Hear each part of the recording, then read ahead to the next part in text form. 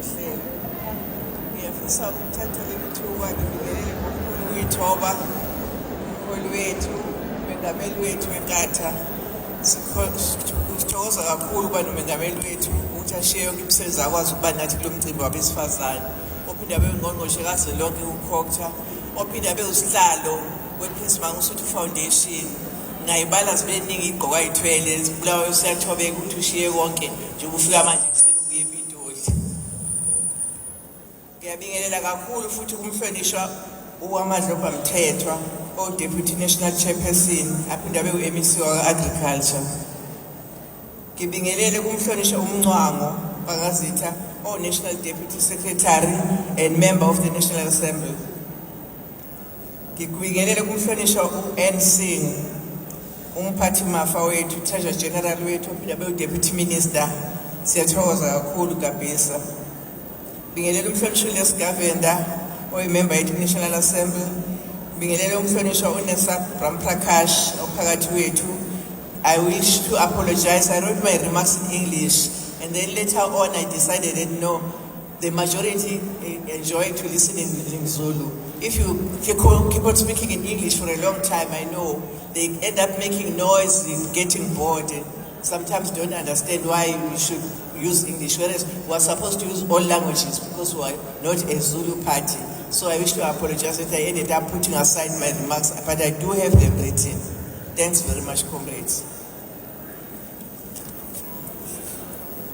Ngiyafisa ukubingelela ngokukhulu ukuyithoba kunobhala kazwelonke wentsha ophinde abe u-MMC eGauteng Mtheya Mabaso Mtungwa. Ngibingelele esigungwini lapha i-NEC yonke, abaholi bethu bonke be-National Council. Ngibingelele u-Deputy National Chairperson we-Women's Brigade uDadewethu Makhubu. Ngibingelele unobhala we-Women's Brigade ophinde abe uMemlalazi. Ngibingelele uDadewethu Treasurer General, Treasurer wethu ku-Women's Brigade. Ngiphinde ngibingelele uDadewethu Lihle Nqubuka, o-Deputy Treasurer, uMaureen Mathenjwa, o-Deputy Publicity wethu uphethe uhlelo, u-Deputy Secretary uphethe uhlelo, u-Publicity uphinde abe uMeya wethu lapha eNkandla. Ngibingelela mkhulu ukuyithoba futhi uDadewethu uNdodakazi uNtomfuthi Njayi osihlalo besifazane ku-KZN, uDadewethu Samke Zungu usihlalo wethu eGauteng, nabo bonke ubuholi afike nabo kuvela eGauteng. Sithobeka kakhulu indlela endeni ihambile usuku bonke nize nifika lana. Bese ngiyakhuleka amakhosi uma kungenzeka amakhosi akhona, ikakhulu oNdlunkulu, ngoba noma engekho inkosi kodwa oNdlunkulu nje siyabahlonipha kakhulu thina qembu leNkatha. Ngibala uNdlunkulu waseMbongobongweni, oNdlunkulu wenkosi yethu u-Deputy President, ophinde futhi abe uMinister National. Siyathokoza kakhulu uNdlunkulu. uNdlunkulu wenkosi yakashabalala, singathathi ukuthi ngoba esema-structures usuke eselingana nje nathi, akasiyo uNdlunkulu.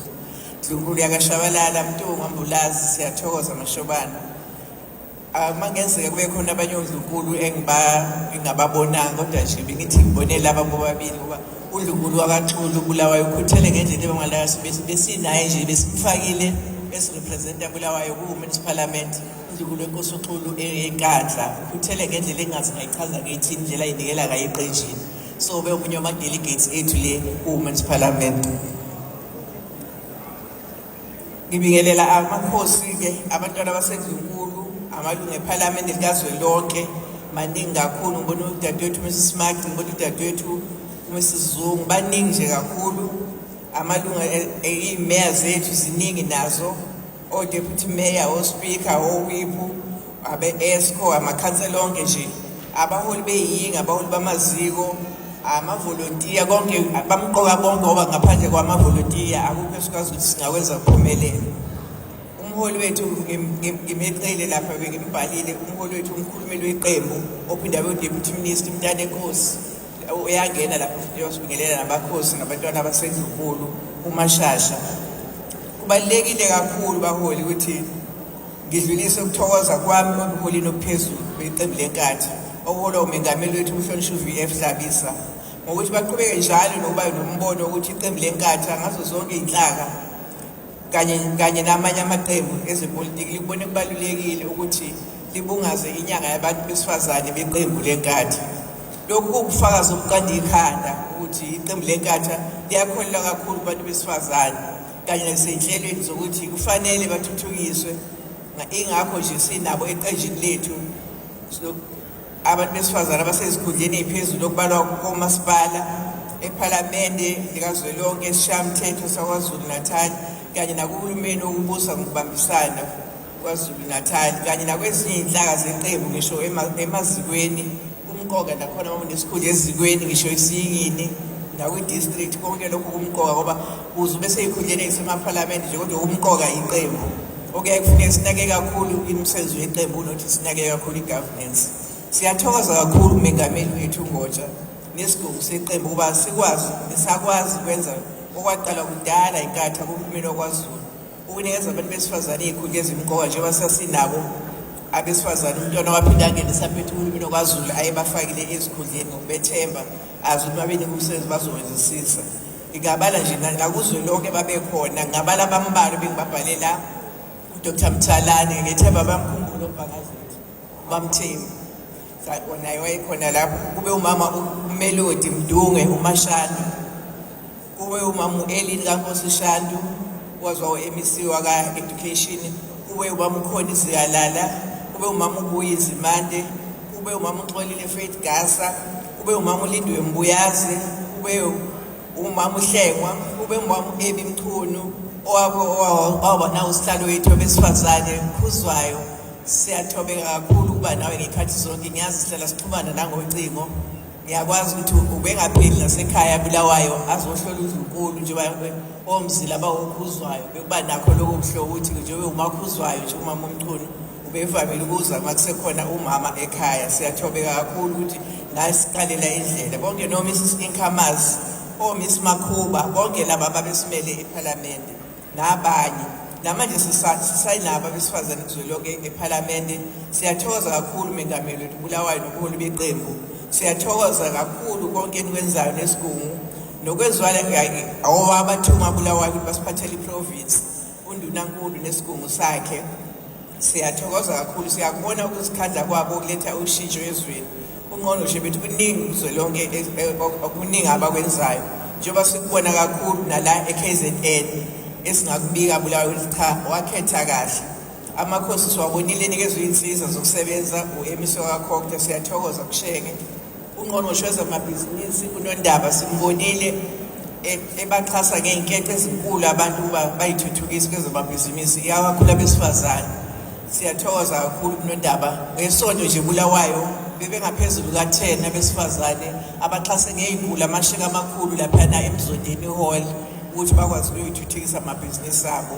Bebengekho abesilisa bewabesifazane nje wabesigubha lapha ngenhlanhla naye washo ukuthi ukhethe ukuzoxhasa abesifazane uNondaba. Siyambona ungqongqoshe wethu wezolimo ey'ndaweni ezahlukene ebanikeza ukuxhasa abantu bakithi ngezindlela ezahlukene ebapha iy'thombo ogandaganda ukuvikela imfuyo.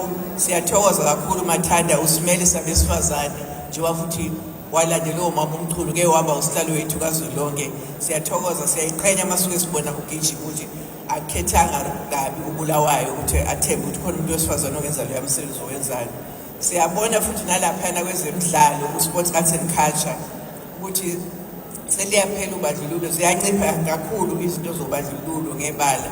Akunikwa amathuba abamibala elithile njengoba naso nje irabhi bekungavamile ukuthi ufice ukuthi abantu bakithi iy'ngane zethu ziyayidlala irabhi ngisho zinawo amakhono. Kodwa siyabona lokhu nemitapo yolwazi iyathuthuka siyahamba sikwazi ukuyihlola siyibone ukuthi ama-libraries ayasiza iy'ngane zikwazi ukufunda ney'ncwadi abangakwazi ukuyithenga bayixosha ema-libraries. Sithokoza kuMntana Enkosi nalapho futhi ugabhisa. Sithokoza ngendlela enkulu kakhulu ukuphatha kwabo. Yize sazi ukuthi bathwele nzima Bulawayo laphana nje kubathume KZN ngoba khona nje bahlala bephikisa kwasani yonke into nje bayaphikisa nje akukho abakhumayo ngoba benza ukuthi ekugcineni bathi inkathi yehluleka ngoba abakumukela ukuthi kubajusene Bulawayo. Banento ukuthi bathi upremier wenu akusiyo wethu bahlale noma kufuna kusukunywe. So banaleyo ngqondo ukuthi ukwenqatha uma kuhluleka-ke kogcina ngathi ukuhluleka inkatha kanti akuphethe inkatha yodwa laphana. Nakuba siqhakambisa inyanga yabantu besifazane lapha sikhuluma kakhulu ngeqhaza elabanje abantu besifazane ngekhathi zobandlululo abangashela iPitoli ngo-1956 kodwa akufanele seziyiphutha lokuthi sishiye ngaphandle abanye besifazane ababambe elikhulu iqhaza emkhakheni eyehlukene yokuthuthukisa isizwe kanye nokushintsha impilo zabantu ngendlela ezehlukene emphakathini nakuba bengekho kwezepolitiki. Ukukhakanjiswa kwabantu besifazane akufanele kugcine kube sengathi into eyayenzele kwezepolitiki kuphela, kanti mningi iminxa lapho kugcwele khona abantu besifazane. Bengicela abesifazane bakudlisele ukukhuluma, ikakhulu ngizwa kakhulu ngapha ebuva. Akufanele sithi sabesifazane sibe isibonelo esibi ngathi siyingane ezincane zika-Grade R. Angisasizwa kwamina noma sengiyabheda ngendlela sekunomsindo ngakhona lapha namanje nje bayakhuluma oComrade bazobaphakamisa izandla lapha okungiqeda amandla ngulawayo. Kungcono kodwa nikugcine kimi-ke mase kusuka umholi wethu ngicela nje singakwenzi-ke le nto eniyenzayo. Siyanicela abantu besifazane, siyanicela ukukhanyiswa kwabantu besifazane kufanele kugcine kube sengathi into eyayenzela bavezwe emehlweni omphakathi ngemisebenzi yabo imihle abayenzayo. Kuwumsebenzi wethu sonke ukuthi bonke abantu besifazane baphathwa ngendlela efanele nenesithunzi ngaphandle kokubheka izinga labo lempilo, ubuhlakanye nezikhundla abaziphethe, ngoba wonke umuntu wesifazane uyabhekana nengqinamba noma ngabe ukuliphi izinga lempilo noma ukuliphi isondo ngisho-ke iqembu. Njengoba sibungaza nje futhi sihlonipha igalelo labantu besifazane, ngingakhohlwa kanjani ukuqhakambisa amagalelo omntwana uMagogo kaDingisulu. Wahola besifazane naye njengoba kuyaye kube ngathi abe-ANC kuphela 56 ababe lapho, kodwa nje ngiyakhumbula ukuthi wabesixoxela ukuthi ngo-56 bahola nabo behambele inkantolo emashoni engashoni emahlabathini beyolula yona lento yokuthi kuphathwa amapasi. Bonke siyabonga nakwezinye indawo abakwenza, kodwa nje nabo abagqami kuyaye kube ngathi kwabasePitoli kuphela. Umntwana uMagogo waziwa ngamagalelo akhe amaningi kwezomculo nekhono lakhe lokudlala ama-instruments amaningi. Wayedlala ugubhu, edlala uhambo, edlala isitolotolo, ziningi kakhulu into ayidlala kwesikhathi noma ecula sikwazi nathi ukucula naye siyingane si-background la kanye nendodana yakhe bayawazi amanye amaculo okuzwakalayo ukuthi wayecula nabanye abantu kanti kwakusuke kusekhaya. Sithokoza kakhulu umengameli wethu uMbotsha ngakho konke nje ngomsebenzi atuwenzayo wokulwisana nodlame olubhekiswe kubantu besifazane i-GBV. Baningi abantu besifazane asebedlulile emhlabeni ngenxa yalolu dlame lapho bebulawa ababathandayo, ney'ngane ey'ncane ziyabulawa iphinde zidlwengulwe ngisho ihlobo noyisimbali. Maningi kakhulu amacala esiwahambelayo iy'nkantolo ezehlukene. Izwe esiphila kulona liyadunguzela baholi bulawayo. Ngakho kufanele sonke sibambisane sibe munye ekulisaneni nalezi sihlava sokuhlukunyezwa kwabantu besifazane kanye ney'ngane. Abanye abantu besilisa basenawo unembeza. Uma bebona umuntu wesifazane babona isilwane okufanele sihlinzwe siphila singenamsebenzi walutho emphakathini. Kulesi sikhathi sekunzima nokushiya ingane ezincane zamantombazane kuyishiya nje noma nomuntu oyisi noma abafowabo ngoba ziyadlwengulwa iphinde zibulawe. Siyabakhuza abazali abavuna izihlobo ekudlwengulweni iy'ngane zabo ngoba begwazela ngey'valamlomo ukuze amacala angavula, abazali bese kuthiwa ayikhulunyelwe ekhaya abangaboshwa. Sithokoza kakhulu abantu besilisa abasakwazi ukuba nesimilo sokuhlonipha umuntu wesifazane baphinde bavikele. Akubona bonke abantu besilisa asebephenduke iy'lwane emphakathini. Abafana nje abasakhulayo kufanele bafundiswe ngokubaluleka komuntu wesifazane, ngoba nje la endlini noma kuphi labantu abasey'khundleni ey'nkulu, abafundisi, ababhishobhi yini omengameli, amalungu ephalamende, amakhansela, akekho ongalethwa ngumuntu wesifazane. Emthwele kanzima u9 months wonke okusemandleni akuthi uyambulala noma umenze njani. Nokunakekela emkhulisa kuyinto enkulu. Ngakho-ke kufuneka ngabe nje abantu besilisa babahlonipha ngendlela emangalisayo abantu besifazane. Yikho sithi sibelene kakhulu nanesihlava esesiphenduke umbhedukazi samadoda amadala athandana ney'ngane zethu ey'sencane babe o-sugar daddy. La madoda ahehe iy'ngane ey'ncane ngezipho ey'bizayo bese beyikhulelisa baqede bayishiye kanjalo baphinde baphike uthi bona bakhulelisele iy'ngane kugcina kwethweswa imindeni inkinga yokondla iy'ngane ezingenabo obaba ezaphiwa uyise. Kanjalo nasey'koleni simelene kakhulu abantu besifazane nothisha abakhulelisa abafundi, ngoba phela othisha uma belapha sazi ukuthi babazali bey'ngane zethu, ngibona abasigadelayo uma sisesikoleni. abenza lokho siyafisa ukuthi bathathele inyathelo zokuxoshwa. Kuhleke kuhlukunyezwa abantu abadala emakhaya simelene nakho kakhulu. Ogogo aphucwa impesheni yabo abazukulu noma babaxoshe emzini yabo abazakhele yona, abahlukumeza abantu abadala ababoshwa. Sinxusa amakhosi ney'nduna nabaholi bomasipala ukuthi nabo babambe iqhaza ekushumayeleni ivangeli lokulwisana ne-GBV, okuhlukunyezwa kwabantu besifazane ney'ngane.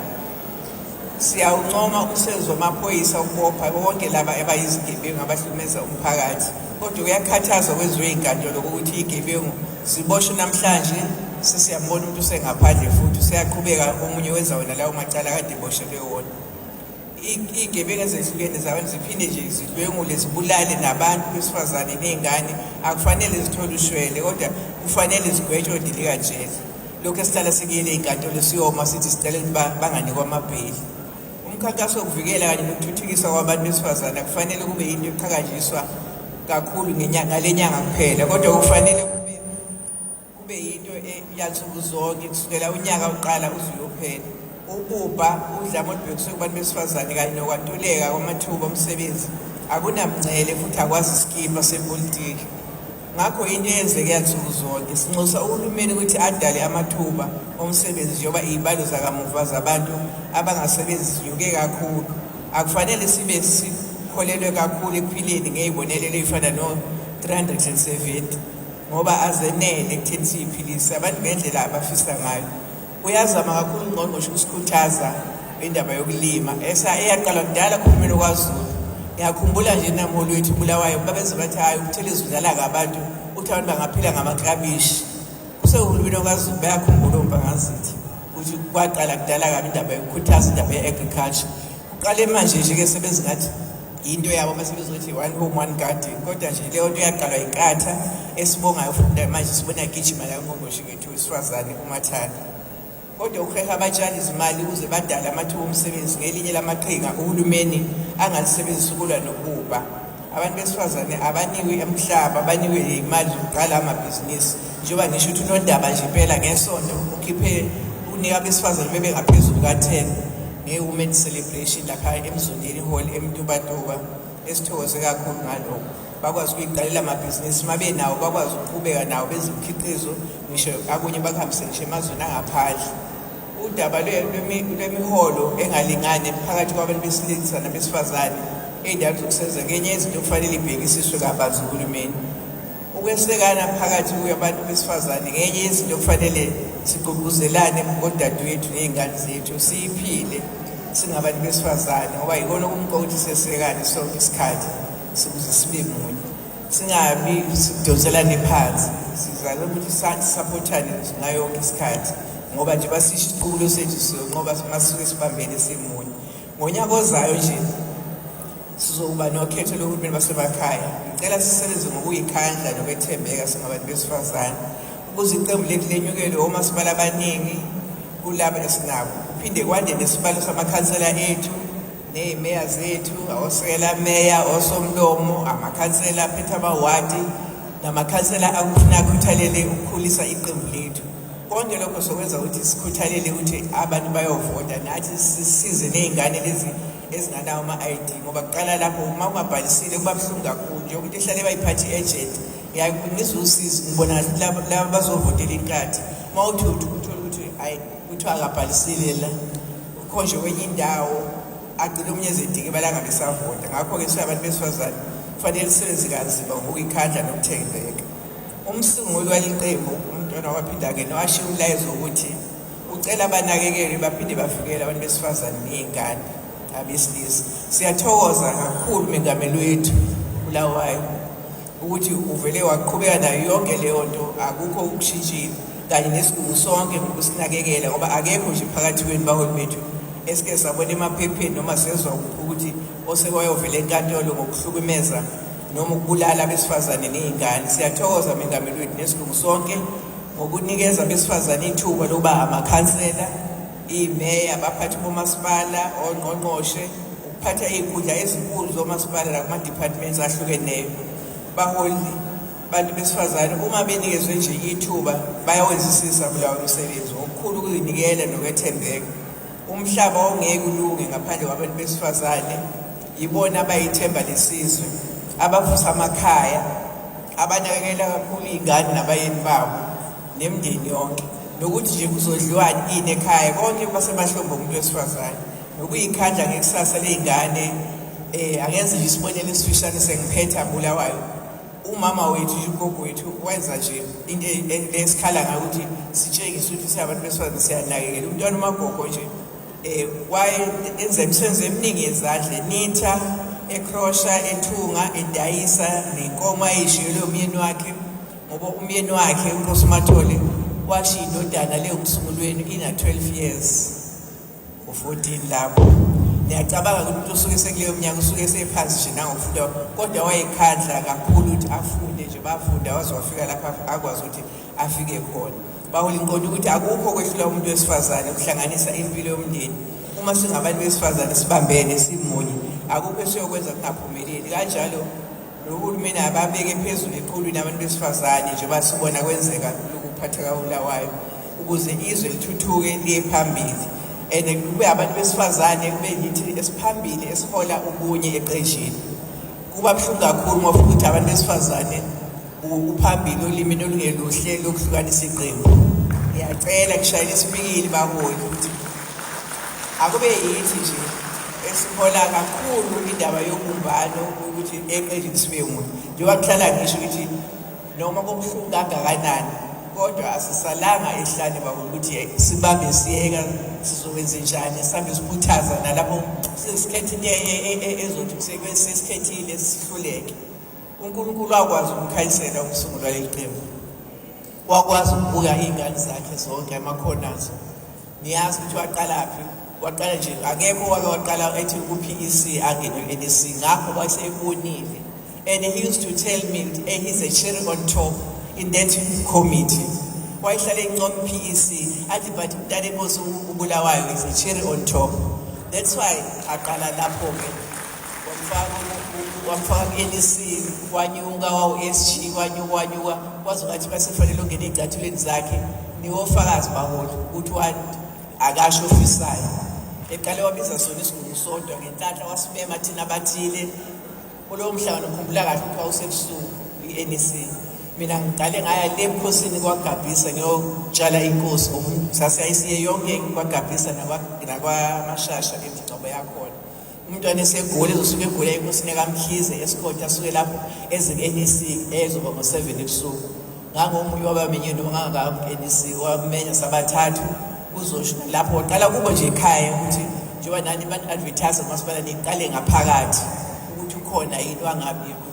Kwacaca ukuthi vele singeke siyihlanganisa amakhanda sebonakele ukuthi nasi indodana ethembisayo ukuthi ingakwazi ukungena ecathulweni siyayisa. So ngisho ukuthi baholi asikho nje isidingo salento siyayibone yenzeka namanje iqhubekayo bathi yabuzwa zonke amalanga iyaqhubeka. Mina ngifisa nje ukungcono ukudizana ekukhonjwa bona besilisa mhlawumbe ukuthi nabo abadivide iqembu.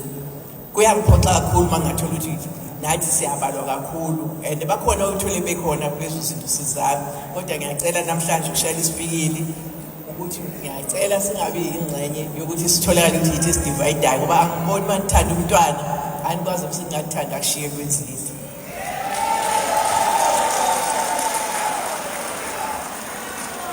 Namayelana nama-cases baholi nje basengiphethile nje kuningi kakhulu okwenzekayo baholi.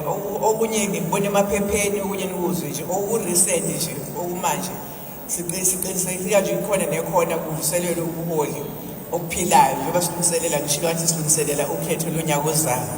Okufuneka nizethembe baholi, uma benithemba abantu ukuthi bameleni nobasebenzela musalokhu ukuthi hayi mina bani ngcono sokwabo ubani lento esivama ukuthi siyenze. Zithembe nje intombi eyinkulu nje wayithanda ukusho njalo intombi eyinkulu nime lapha nikwazi ukusebenza akwazi basenoniwe usezindawo ezisisa.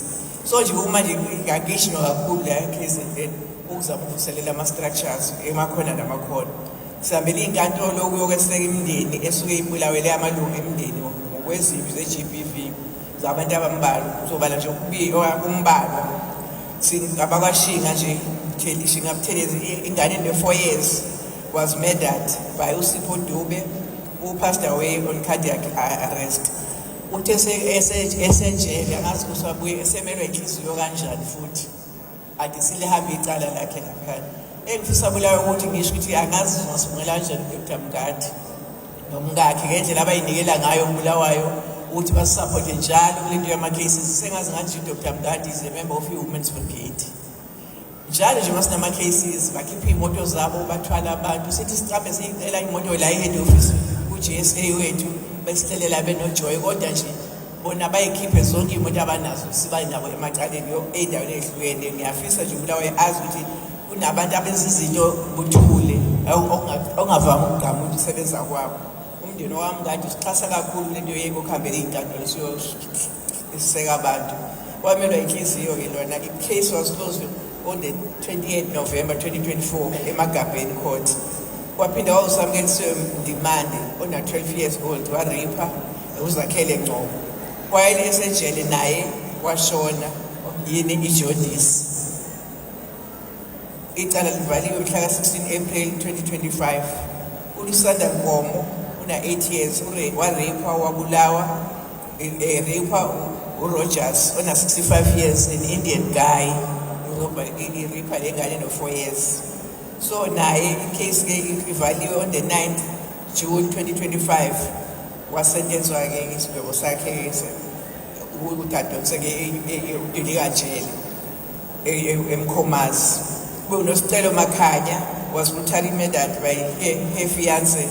The case was closed on the 8th August khona this year nje kuyo lenyanga nayo nemisentence kwaMakhutha kube Ayabonga Njilo naye was murdered and buried eGcekeni oze waxoshakala after 2 weeks ukuthi wagcitshwa eGcekeni then nakhona yagwetshwa suspect eMpumalanga uBulawayo njengoba wazi uyagijima kakhulu udadewethu MEC ngoba sikhuluma la ngama-province amanye ukuvuselela ama-structures ikhona nekhona last week nje benza umcimbi omkhulu ukucelebrate njengawo lo ukucelebrate eMpumalanga i-Women's Brigade nakhona umnyakazo omningi kakhulu umuntu wayesebenza kakhulu eMpumalanga azazi sakhipha ikhansela uMathanda naye uyaqhubeka manje kuningi okwenzekayo ukulungiselela ukhetho eMpumalanga njengoba benza eGauteng nakhona kuney'nhlelo ey'ningi ezenzekayo uBulawayo bahambela nabo abavelelwe izifo abashonile na last week nje kube khona okuvelile abanye bakubona emaphepheni kodwa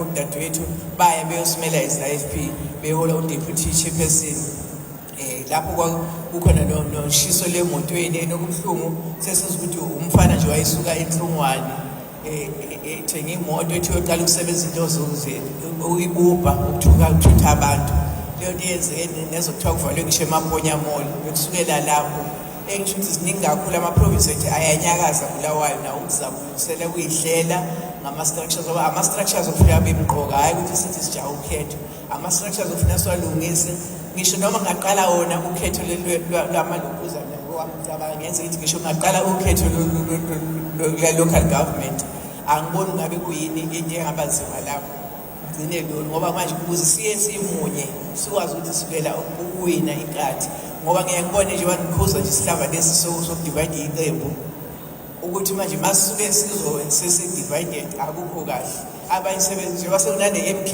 nje ufike abanye sebefuna ukuya kwamanye amaqembu so isinxuso nje sami sokugcina baholi abantu besifazane ngicela kube yithina esilindayo ngoba niyazi i-constitution abantu besifazane bakuphi basekhwapheni likaMengameli i-constitution nje mawuyazi yasho ukuthi abantu besifazane basekhwapheni ophikweni likaMengameli ne-youth ngakho-ke ngiyacela ukuthi seseke uMengameli nesigungu sakhe sonke deputy president bonke i-national chairperson ubuholi umntana ashiyele bona ngoba naye uBulawayo uthinteka amandla uma engagijima yedwa nesigungu simbukele nathi sithenjiwe-ke ku-national council amakhansela uma nje uyilungu lenkatha usu-organizer baholi ngithokoza kakhulu umntwana washiya eThekwini somlandela ugoja